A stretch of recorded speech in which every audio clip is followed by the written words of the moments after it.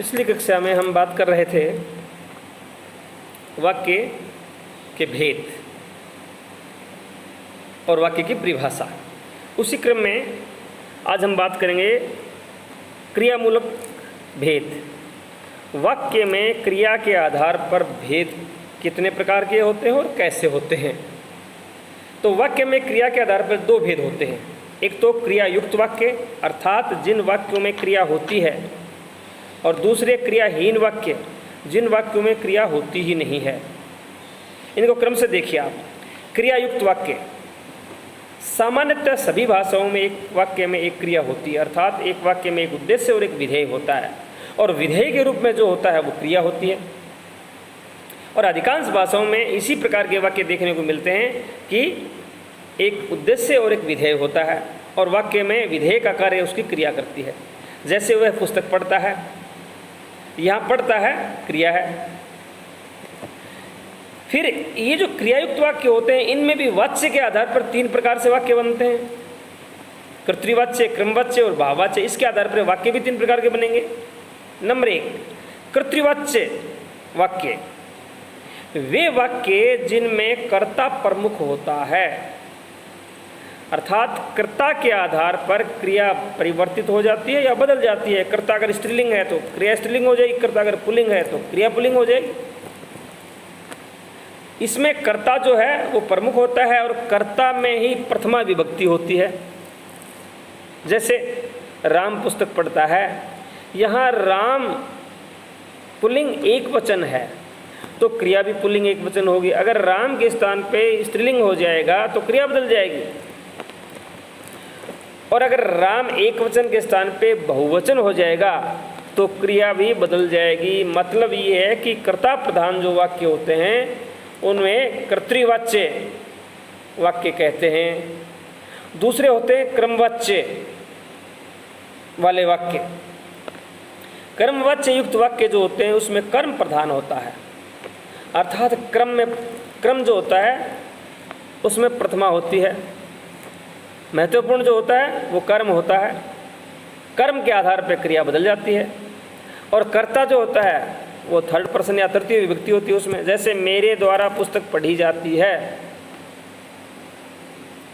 मेरे द्वारा पुस्तक पढ़ी जाती है, यहाँ क्रिया पढ़ी जाती है। ये किसके आधार पे है? पुस्तक के आधार पे है, मेरे आधार पे नहीं है, मेरे सर्वनाम है। दूसरे होते हैं भाववाच्य। इसमें ना कर्ता प्रमुख होता ना कर्म प्रमुख होता, इसमें क्रिया ही प्रमुख होती है।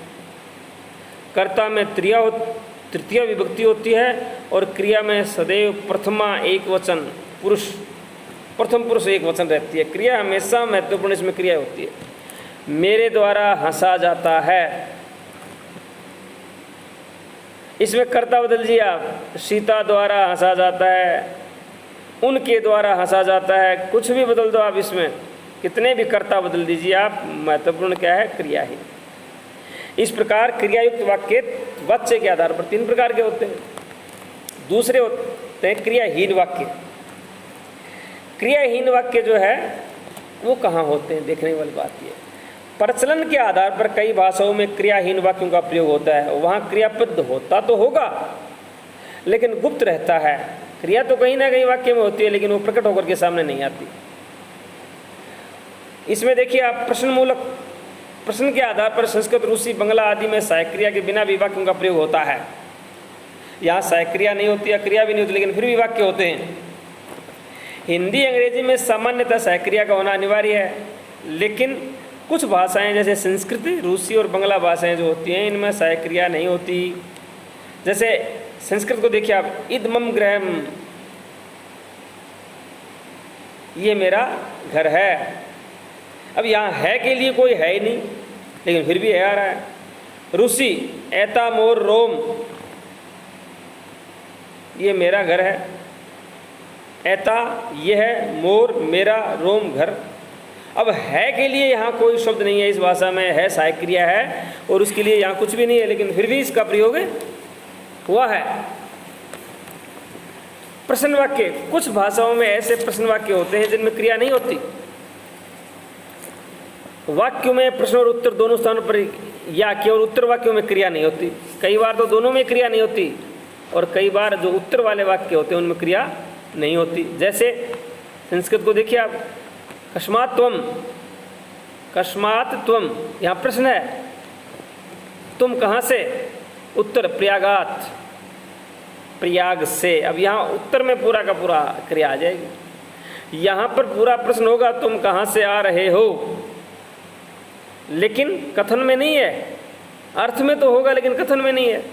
उत्तर, मैं प्रयाग से आ रहा हूँ। अगले ने केवल इतना ही कहा था प्रयागम या प्रयागात, लेकिन अर्थ जब निकलेगा तो ये आएगा मैं प्रयाग से आ रहा हूँ। प्रयत्न लागू के कारण क्रियाहीन वाक्यों का प्रयोग होता है। क्रियाहीन वाक्यों का प्रयोग भाषा में कब होता है?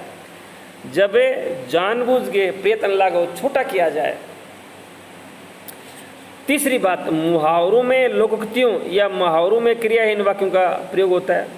लोकोक्तियाँ जो मुहावरे होते हैं उनमें भी क्रियाहीन वाक्य होते हैं, लेकिन वहाँ क्रिया होती है, वो छुपी होती है। जैसे घर का भेदी लंका ढाए, यथा राजा तथा प्रजा, यहाँ कहीं भी क्रिया नहीं है, लेकिन फिर भी वाक्य के अर्थ में क्रिया होती है। विज्ञापनों, समाचार पत्रों आदि के शीर्षकों में भी क्रिया नहीं होती, वहाँ भी क्रिया गुप्त होती है। जैसे बूढ़ों से जवान, नक्कालों से सावधान, युवती पर हमला। युवती पर हमला, अब यहाँ जो है ना, किया गया, हो रहा है, होगा, ये अर्थ में निकलेंगे, लेकिन यहाँ क्रिया नहीं है। आतंक, भय, विस्मय आदि के सूचक जो वाक्य होते हैं उनमें भी क्रिया नहीं होती, वे भी क्रियाहीन वाक्य होते हैं। जैसे आग आग आग आग आग, अब यहाँ इसका मतलब कहा गया केवल आग आग आग, लेकिन अर्थ ये निकलेगा आग लग गई आग लग गई आग लग गई। चोर चोर चोर चोर, यहाँ केवल संज्ञा का प्रयोग हो रहा है, लेकिन अर्थ में क्रिया गुप्त है। या हाय दुर्भाग्य, हाय रे नियति, इस प्रकार। पांचवें भेद होते हैं शैली मूलक भेद। शैली, स्टाइल, शैली के आधार पर वाक्यों के 3 भेद किए जाते हैं: शिथिल, समीकृत, आवर्तक। स्थिल वाक्य, इसमें अलंकृत या मुहावरेदार वाक्य की ओर ध्यान दिया जाता है। स्थिल वाक्य वो होते हैं इसमें अलंकरण होता है या मुहावरेदार भाषा होती है। वक्ता या लेखक मनमाने ढंग से बात कहता है, वहाँ वो नियम लागू नहीं होगा, कर्ता प्लस कर्म प्लस क्रिया, वो लागू नहीं होगा। वो अपने हिसाब से कर्ता और क्रिया का स्थान निर्धारित करता है। जैसे एक थी रानी कुंती, अब यहाँ विशेषण पहले आ गया, क्रिया बीच में आ गई। उसके 5 पुत्र, एक का नाम युधिष्ठिर, एक का नाम भीम, एक का कुछ और, एक का नाम कुछ और, एक का नाम भूल गया। ये कथावाचकों आदि की शैली में होती है। ये स्थिल वाक्य होते हैं तो बड़े धीरे धीरे चलते हैं, और ये वाक्य की बनावट या संरचना अपने स्टाइल से करते हैं, इनकी शैली होती है। दूसरे होते हैं समीकृत वाक्य, इसमें संतुलन और संगति का ध्यान रखा जाता है। समीकृत वाक्य जो होते हैं इनमें संतुलन होता है और संगति के भी तालमेल होना चाहिए परस्पर। जिसके पास पैसा उसी के मित्र, यहाँ तालमेल पहले वाक्य में दूसरे वाक्य के साथ तालमेल बिठाया गया है। यथा राजा तथा प्रजा, जिसकी लाठी उसकी भैंस। मुहावरों और लोकोक्तियों में इस प्रकार के ज़्यादा प्रयोग होते हैं। समीकृत वाक्य विरोध मूलक भी होते हैं। कुछ लोकोक्ति और मुहावरों में भी परस्पर विरोध होता है, और वो क्यों, जैसे कहाँ हंस बगुला, कहाँ राजा रंक, कहाँ राजा भोज और कहाँ गंगू तेली, विरोधाभास है। समीकृत वाक्य संतुलन आदि गुणों के कारण लोकोक्ति के रूप में प्रचलित हो जाते हैं। इनमें संतुलन होता है और ये लोकोक्ति के रूप में जन सामान्य में प्रचलित होते हैं। तीसरे शैली मूलक भेद में हम तीसरे वाक्य की बात करें, आवर्तक वाक्य। आवर्तक वाक्य वो होते हैं जिनमें कथनीय वस्तु, जो बात कहनी है, मूल बात, वो वाक्य के अंत में होती है। यानी सुनने वाले की जिज्ञासा हमेशा बनी रहती है और अंतिम वाक्य सुनने पर ही पूर्ण होती है। सुनने वाले की जिज्ञासा अंतिम वाक्य पूर्ण होने पर ही पूरी होती है।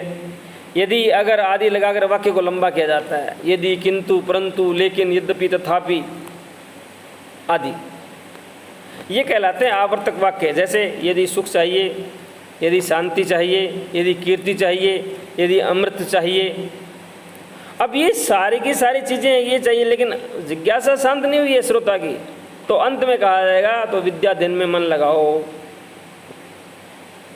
इस प्रकार शैली मूलक भेद जो किए जाएंगे वाक्य के, उसमें 2-3 भेद होंगे, स्थिर वाक्य, समीकृत वाक्य और आवर्तक वाक्य।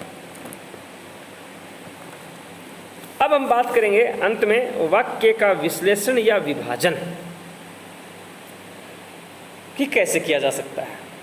विश्व की समस्त भाषाओं में वाक्य की रचना पद्धति एक प्रकार की नहीं होती है। हर भाषा का अपना सिस्टम अलग अलग होता है।